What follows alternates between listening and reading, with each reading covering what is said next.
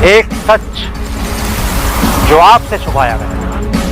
सवाल तो होगा सरकार से, सवाल हो ऐसा जो आज तक किसी ने ना पूछा। मजलूमों की आवाज आपका अपना रियल।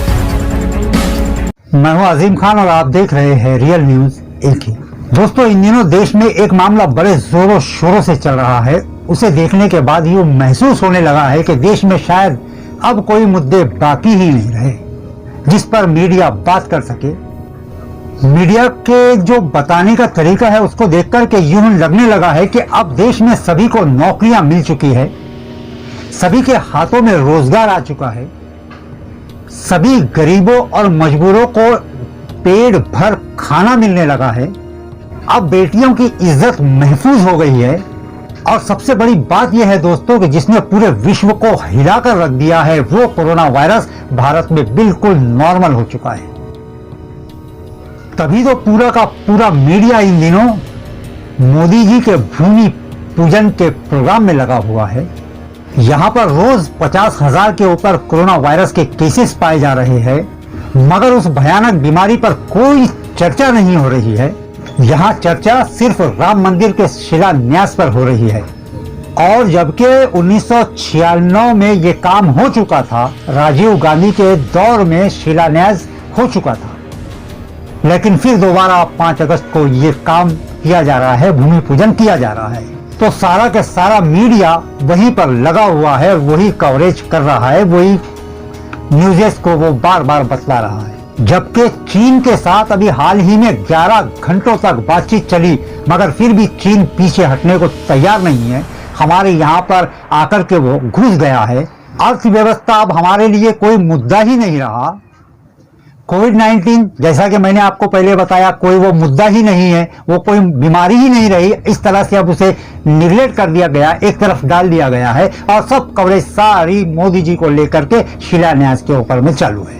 दोस्तों, इस समय कोरोना वायरस महामारी गंभीर रूप लेती जा रही है। सरकार ने तो उससे निपटने के दावे बहुत किए, मगर वो दिनों दिन बढ़ती ही चली जा रही है। और अब इसके चपेट में राजनेता भी आने लगे हैं। जैसा कि हमारे देश के गृह मंत्री, उनको भी कोरोना पॉजिटिव पाया गया और इस समय वो वेदांता हॉस्पिटल में भर्ती हुए हैं। उसी तरह बनवारी लाल पुरोहित जो तमिलनाडु के गवर्नर है, वो भी कोरोना पॉजिटिव पाए गए हैं इन दिनों। बीएस येदियुरप्पा जो कर्नाटक के मुख्यमंत्री है, वो भी इन दिनों कोरोना पॉजिटिव पाए गए हैं और ये मनीलाल हॉस्पिटल में भर्ती है। और बताया ये जा रहा है कि इनकी बेटी भी कोरोना पॉजिटिव पाई गई है। महेंद्र सिंह जो उत्तर प्रदेश के जल शक्ति मंत्री है, ये Sanjay Gandhi post graduate institute of medical science Lucknow में एडमिट है।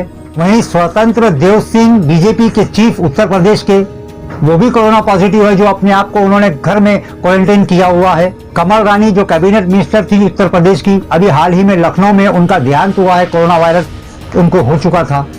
दोस्तों, येदियुरप्पा चौथे सदस्य है अपने कैबिनेट के जो कोरोना वायरस के पॉजिटिव पाए गए हैं।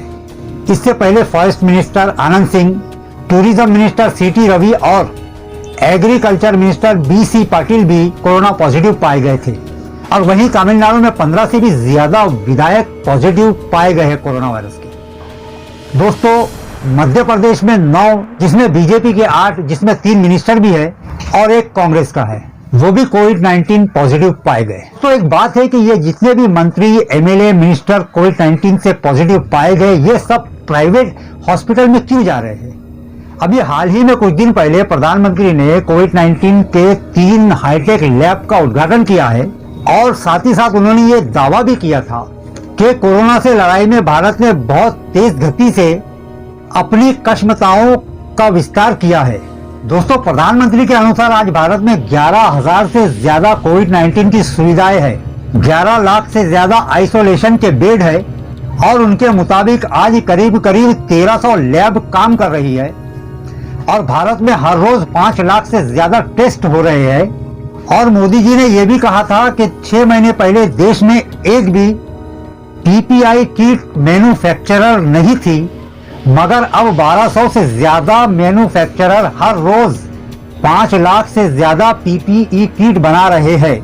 भारत में वहीं 3 लाख से ज्यादा N-19 मास्क रोज बन रहे हैं। और इतने सब दावों के बावजूद भी कोरोना लगातार बढ़ता ही चला जा रहा है और दोस्तों वो किसी को भी नहीं छोड़ रहा है, चाहे अमीर हो, गरीब हो, पैसे वाला हो, बगैर पैसे वाला हो, सेलिब्रिटी हो, राजनेता हो, वो कोई भी हो, कोरोना वायरस किसी को भी नहीं बख्श रहा है। वो किसी भी पार्टी का हो, कांग्रेस का हो, बीजेपी का हो, मरकज निजामुद्दीन का हो, कोरोना वायरस किसी को नहीं बख्श रहा है और ना ही वो किसी की जात पात देख करके आ रहा है। दोस्तों यहाँ पर एक सवाल निर्माण होता है कि ये जितने भी नेता है जो कोरोना पॉजिटिव हो रहे हैं, ये सब प्राइवेट अस्पतालों में क्यों जा रहे हैं? अगर प्रधानमंत्री जी के दावे सही है तो फिर ये लोग सरकारी अस्पतालों की तरफ क्यों नहीं जा रहे हैं? क्यों ये सब लोग प्राइवेट अस्पताल की तरफ कूच कर रहे हैं? क्या वहां कोई कमी है सरकारी अस्पतालों में जिसके कारण ये नेता वहां पर नहीं जा रहे हैं? अगर ये नेता ही अगर सरकारी अस्पतालों में नहीं जाएंगे तो फिर गरीब जनता का विश्वास कैसे बैठेगा सरकारी अस्पतालों पर? दोस्तों हकीकत तो ये है कि सन 1991 से ही जब प्राइवेटाइजेशन शुरू हुआ अस्पतालों का, तो जो पब्लिक हेल्थ सिस्टम है कमजोर पड़ता गया और जमीनें उनको सस्ती दी गई प्राइवेट हॉस्पिटलों के साथ ही ये वादा लिया गया कि थोड़ा परसेंटेज वहां पर रखा जाए गरीबों के लिए, जो लोग खर्च नहीं उठा सकते, जो उसका बिल पे नहीं कर सकते हॉस्पिटल का, उनके लिए कुछ कंडीशन रखी गई, कुछ परसेंटेज रखा गया, उनके लिए रिजर्व रखा गया।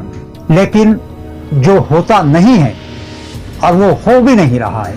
दोस्तों सरकारी जमीन लेकर जो भी अपना पैसा लगाता है और अस्पताल खड़ा करता है तो 5 स्टार हॉस्पिटल केयर वो होता है, वहाँ साफ सफाई बहुत ज्यादा दी जाती है और भी सुविधाएं वहाँ फैसिलिटीज वहाँ पर दी जाती है और वो जो हॉस्पिटल बनाए जाते हैं कमाई करने के लिए ही बनाए जाते हैं और वहाँ कमाई का रास्ता होता है। जो टेस्ट करवाए जाते हैं, जो टेस्ट की जरूरत नहीं होती वो भी जबरदस्ती में वहाँ पर करवाए जाते हैं और ज्यादा से ज्यादा चार्जेस लगाए जाते हैं। जिनके पास पैसा होता है वो लोग तो पैसा पे कर देते हैं, लेकिन जो लोग पैसा नहीं दे सकते, जो गरीब लोग है, पुअर है, वो लोग सरकारी अस्पतालों का रास्ता लेते हैं और सरकारी अस्पतालों की तो हालत ऐसी है देखते ही बनती है।